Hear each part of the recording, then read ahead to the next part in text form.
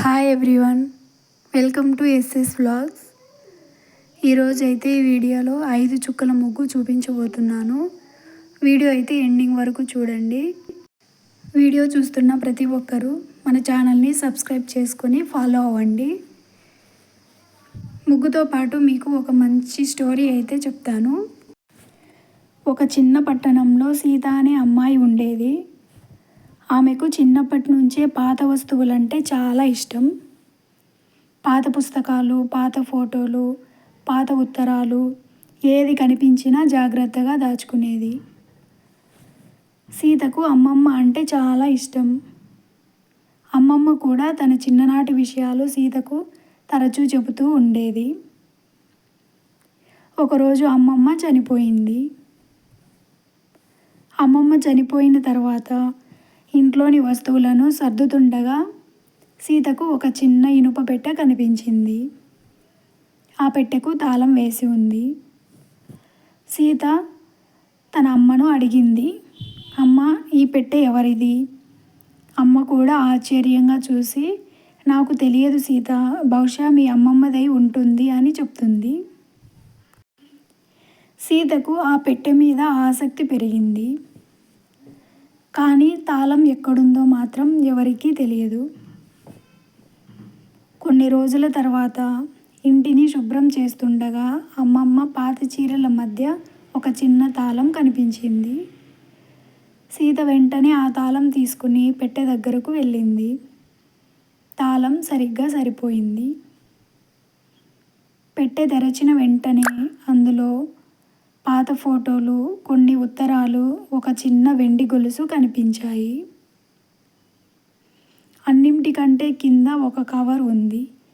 దాని మీద ఇలా రాసి ఉంది, నా సీత కోసం. సీత ఆశ్చర్యపోయింది. ఆమె వెంటనే ఆ ఉత్తరాన్ని తెరచి చదవడం మొదలుపెట్టింది. సీత, ఈ ఉత్తరం నువ్వు చదివే సమయానికి నేను నీ దగ్గర ఉండకపోవచ్చు. కానీ నేను నీకు చెప్పకుండా దాచిన ఒక విషయం ఉంది. మన ఇంటి వెనుక ఉన్న పాత గది గుర్తుందా? చిన్నప్పుడు నువ్వు అక్కడికి వెళ్ళడానికి భయపడేదానివి. ఆ గదిలో ఒక పాత అల్మారా ఉంది. ఆ అల్మారాలోని కుడివైపు చివరి అరలో ఒక పుస్తకం ఉంటుంది. ఆ పుస్తకాన్ని తీసి దాని వెనుక చూడు. సీతకు ఆశ్చర్యంతో పాటు కొంచెం భయం కూడా వేసింది. ఆమె వెంటనే వెనుక గదికి వెళ్ళింది. చాలా సంవత్సరాలుగా ఎవరూ ఉపయోగించని ఆ గది మొత్తం దుమ్ముతో నిండిపోయింది. అల్మారా తెరచింది. చాలా పుస్తకాలు కనిపించాయి. అమ్మమ్మ చెప్పినట్టుగానే కుడివైపు చివరి అరలో ఉన్న పుస్తకాన్ని తీసింది. పుస్తకం వెనుక ఒక చిన్న కాగితం కనిపించింది. దానిపై ఒక ఇంటి చిరునామా ఉంది. ఆ చిరునామా వారి పట్టణంలోనే ఉంది. సీతకు ఏమీ అర్థం కాలేదు. మళ్ళీ ఉత్తరాన్ని చదివింది. ఆ చిరునామాకు వెళ్ళి అక్కడ ఉండే వ్యక్తిని కలువు. అతని పేరు రాఘవయ్య. అతనికి ఈ వెండి గొలుసు చూపించు. ఆ తర్వాత అతను చెప్పేది మొత్తం విను. సీత మరుసటి రోజే ఆ చిరునామాకు వెళ్ళింది. అక్కడ ఒక వృద్ధుడు ఒంటరిగా కూర్చుని ఉన్నాడు. మీరు రాఘవయ్య గారేనా అని సీత అడుగుతుంది. అవును అన్నట్టుగా ఆయన తల ఊపాడు. సీత తన దగ్గర ఉన్న వెండి గొలుసును చూపించింది. ఆ గొలుసు చూడగానే ఆ వృద్ధుడి కళ్ళల్లో నీళ్లు వచ్చాయి. ఈ గొలుసు మీ అమ్మమ్మ దగ్గర ఉందా అని అడిగాడు.